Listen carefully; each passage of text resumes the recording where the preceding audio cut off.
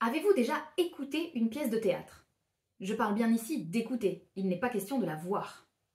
Et pourtant, comme nous l'avons déjà dit dans d'autres vidéos, le mot de théâtre lui-même vient du grec théatron qui signifie lieu d'où l'on regarde.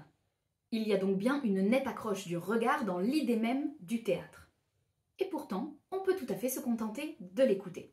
Durant l'âge d'or de la radio, on a en effet écrit beaucoup de théâtres dits radiophoniques. Pour en savoir un peu plus sur le sujet, c'est par ici. Yo, ici la Clémence du futur qui vous parle. Avant toute chose, bonne année, bonne santé, meilleurs vœux, tout ce qu'on peut se souhaiter de plus doux, plus tendre, plus intelligent possible en 2025 évidemment. Alors une fois n'est pas coutume, petit ajout avant de commencer la vidéo, vous allez comprendre pourquoi. Alors déjà, vous vous en êtes sans doute déjà rendu compte, les cheveux courts, hein, voilà, on a craqué, admirez un peu, je sais pas si vous préférez, mais moi, je préfère. Ensuite, et juste pour info, vous allez voir sur cette vidéo, il y a eu un petit souci de son à un moment donné. Rien de dramatique, on entend quand même, mais vous allez voir à un moment donné de la vidéo, la qualité revient. Enfin, et pour conclure, vous aurez sans doute remarqué un net ralentissement dans les formats longs de vidéos ces derniers temps. Rien de grave, c'est même plutôt une bonne nouvelle en soi, puisque on a eu énormément de boulot. Toutes les deux, ce qui nous a empêché de pouvoir vous servir des formats longs de façon aussi régulière que ce qu'on faisait jusqu'à présent. De fait, on a été obligé de prioriser le boulot qu'on avait en plus des vidéos et donc de déprioriser les vidéos, mais c'était temporaire, ça revient.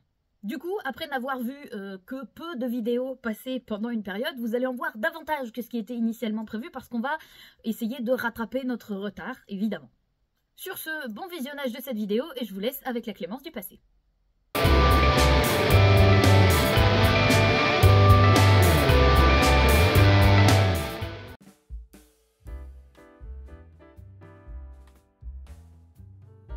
Remontons le temps pour se faire une brève histoire de la radio. On va passer sur toutes les inventions et les brevets déposés pour fabriquer ce qu'aujourd'hui nous appelons la radio. Mais dans les grandes lignes, on a une succession de découvertes scientifiques telles que les ondes électromagnétiques, le tube à vide, les ondes radio, le télégraphe, les expériences de Hertz ou encore la radioconduction. Bref, tout ceci nous emmène jusqu'à l'invention de la radio proprement dite. Ici encore, on va trouver de multiples types radiophoniques très différents avant d'en arriver à la période qui nous intéresse, qui va en gros des années 50 jusqu'aux années 2000 avec une très forte production théâtrale radiophonique entre les années 50 et 70. Mais revenons à la radio. Les premières communications sans fil vont être d'usage militaire à la fin du 19e siècle. Mais dès le début du 20e siècle, on commence à équiper les paquebots, et heureusement. Par exemple, le naufrage du Titanic aurait été très nettement plus meurtrier s'il n'avait pas précisément émis un SOS. De fait, s'il y a en effet eu entre 1490 et 1520 morts, ce qui est colossal, on parle assez peu des 700 survivants secourus par le RMS Carpathia, notamment grâce à ce message radio.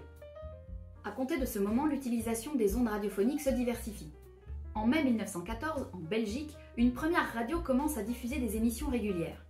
Ce lieu sera toutefois dynamité pendant la guerre de crainte que les Allemands ne parviennent à s'en emparer. De fait, la radio est déjà un fort outil d'utilisation à la fois civile et militaire, et on a déjà bien conscience de son fort potentiel entre des mains ennemies, à ce moment-là, les Allemands. Partout dans le monde fleurit alors la radio, ou plutôt ce qu'on appelait en ce temps-là la TSF, la télégraphie sans fil. États-Unis, Argentine, Canada, France, Angleterre, Hollande ou encore URSS, tout le monde s'y met. Chaque nouveau pays est l'occasion de mettre en place de nouvelles idées. Ça paraît peu impressionnant pour nous aujourd'hui, mais à ce moment-là, avoir une diffusion de la météo sur les ondes relevait clairement de la nouveauté. On va donc trouver des émissions, les nouvelles, mais également de la musique. Deux dates importantes. En 1921, Radio Tour Eiffel diffuse un premier concert, et en 1922, on crée la BBC. Pour ce qui est de la France, c'est en 1922 que la Société française radioélectrique obtient l'autorisation de diffuser à titre expérimental des émissions quotidiennes. Peu à peu, la radio envahit tous les domaines. En 1925, ce sera la première fois qu'elle sera utilisée dans le cadre d'une campagne électorale aux États-Unis par Herbert Hoover.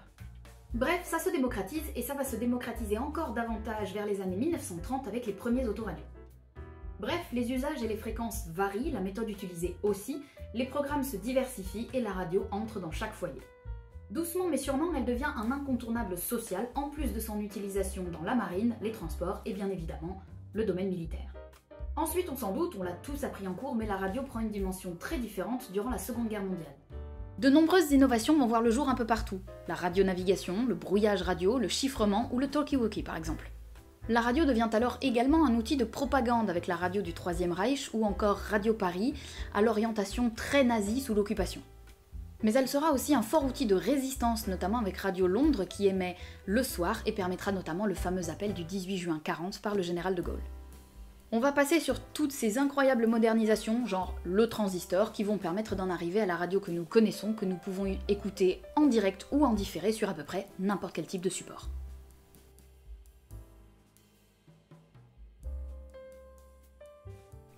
Revenons à nos moutons de base, le théâtre radiophonique. Le monde de la culture a très vite compris où était son intérêt avec ce formidable outil de communication qu'est la radio. Et le théâtre n'a pas été en reste. Remontons un peu le temps. Il faut bien comprendre que l'arrivée de la radio dans les foyers est fulgurante et massive. Pour vous donner un ordre d'idée, entre 1922 et 1939, le parc des postes passe de 40 000 à 5 millions. Et on sait par exemple qu'en 1962, 85% des ménages français écoutent la radio quotidiennement. Au milieu de tout cela, le théâtre n'est pas roi mais peu s'en faut. Rappelons-nous qu'à ce moment-là, le théâtre est encore un art résolument populaire, ce qu'il va échouer à rester mais c'est un autre sujet. On va donc retrouver des spectacles enregistrés en direct, puis rediffusés par exemple. Mais petit à petit vont voir le jour des formats différents. On va trouver par exemple des textes dramatiques écrits directement pour la radio, ou encore des adaptations enregistrées en studio, puis diffusées plus tard. L'engouement est tel que des troupes de théâtre radiophonique spécialisées se forment. Dans la mesure où l'on se met à écouter un art qui habituellement se voit en plus de s'écouter, bien entendu, les questions fourmillent dans le milieu. Le 31 mars 1946, le poète et dramaturge Jean Tardieu crée le Club d'Essai. C'est un atelier de création radiophonique dédié principalement à la poésie et au théâtre et qui émettra jusqu'en 1963. Entre 1944 et 1954, pas moins de 5000 émissions dramatiques seront diffusées. Cela nous paraît évidemment peu au regard de la production actuelle, mais dans ces années-là, c'est énorme. 6 ans après la fin du Club d'Essai, Jean Tardieu, encore lui, et Alain Trutat fondent l'atelier de création radiophonique. René Farabé, ça dira peut-être quelque chose aux grands amateurs de radio, en sera producteur et coordinateur jusqu'en 2001. Cet atelier sera constamment en recherche autour de la création radiophonique, autour du verbe et de comment le faire entendre. Ce sera un formidable laboratoire de recherche. En 1969, Lucien Atoun crée le nouveau répertoire dramatique. Il s'agit alors d'une émission diffusée sur France Culture et qui donne la parole à de jeunes acteurs. En juillet 1971, à l'invitation de Jean Vilar, il crée avec sa femme Théâtre Ouvert, un théâtre d'essai et de création. L'idée est de faire découvrir de nouveaux textes dédiés à la radio, mais pas toujours, de les faire entendre. Parlons d'un dernier monsieur très important qui va nécessiter de refaire un petit bond dans le passé, Jacques Copeau. Outre qu'il a tenu une place absolument essentielle dans la production théâtrale scénique du XXe siècle, Jacques Copeau s'est également de très près intéressé à la production théâtrale radiophonique. C'est d'ailleurs le premier qui théorise la transformation du jeu du comédien sous l'effet du micro. En 1951, dans La radio c'est inconnu, il déclarera « Privé de visage, privé de l'autorité du regard, privé de mains et de corps, la voix de celui qui parle au micro n'est pas désincarnée. Au contraire, elle traduit l'être avec une fidélité extrême. Elle le traduit même avec indiscrétion. » En 1942, Pierre Schaffer, ingénieur à la radio, contacte Jacques Copeau. L'idée est d'organiser une formation aux arts radiophoniques. Ils y concevront la notion d'écoute intime et parleront notamment de l'attitude intérieure exigée par le micro, par contraste avec l'emphase demandée par la scène.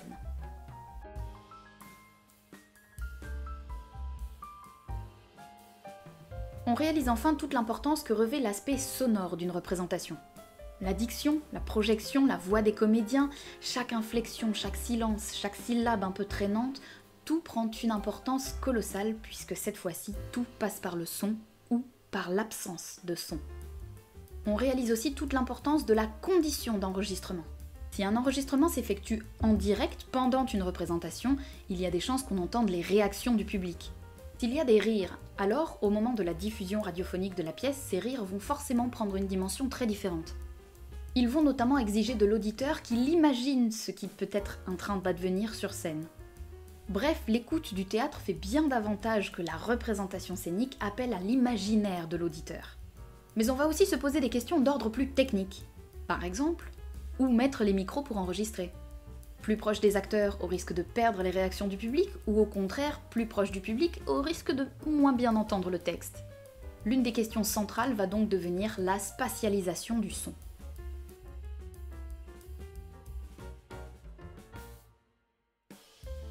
L'enregistrement studio ne va pas se contenter, lui, de chercher à donner une vue d'ensemble de l'ambiance générale de la pièce. Il va davantage se concentrer sur la palette vocale du comédien ou de la comédienne. Le ton, le rythme, l'expressivité et les silences sont autant de détails qui prennent ici une importance cruciale. On peut ajouter des effets d'ambiance, des bruits comme une porte qui claque par exemple, mais aussi de la musique. Tous ces éléments favorisent un contexte et un imaginaire autour de la pièce. On va donc réfléchir à une véritable création, non seulement théâtrale mais également musicale et sonore. Fatalement, le biais se déplace entre la scène et le studio. Il s'agit évidemment toujours de jeu et de théâtralité, mais les questionnements diffèrent. De fait, on va créer de nouveaux objets artistiques. C'est ainsi que le théâtre dit radiophonique va se chercher des moyens d'expression qui lui sont propres et va théoriser l'idée de dramatisation de la voix. Paul Dermet, poète, écrivain et critique littéraire, dira en 1989 « Dramaturgie des voix. Cette formule est tout un programme. Elle signifie que les voix sont le corps et l'âme de tout art radiophonique. Voix humaines, d'amour et de haine, voix intérieures, voix des usines et des gares, voix de la nature. » Et c'est tout à fait vrai. Il n'y a qu'à voir pour ceux qui écoutent la radio, il est des présentateurs que nous reconnaissons, d'instinct, immédiatement, rien qu'à leur voix, leur façon de parler, d'étirer les voyelles.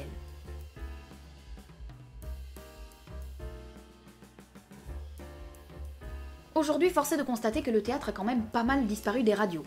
J'entends pour écouter du théâtre, pas pour qu'il parle de lui. Toutefois, de très nombreux enregistrements sont trouvables sur YouTube, sur le site de l'INA, mais également sur celui de la BNF, la Bibliothèque nationale de France. Aujourd'hui, le podcast a très largement remplacé ce type de production.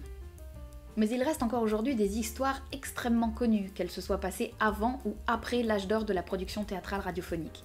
On peut par exemple citer le feuilleton d'Orson Welles, qui a fait croire en direct à des millions d'Américains que les aliens arrivaient sur Terre, ayant donné lieu à quelques incidents.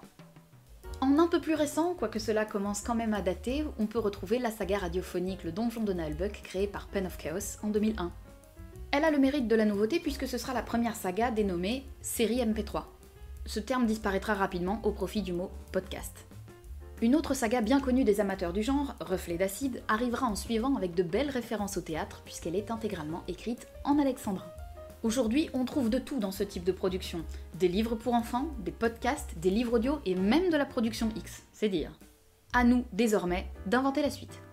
Et voilà, c'était tout pour cette vidéo. Il y aurait bien évidemment beaucoup plus de choses à en dire, les ramifications étant extrêmement vastes, mais on ne peut pas tout dire.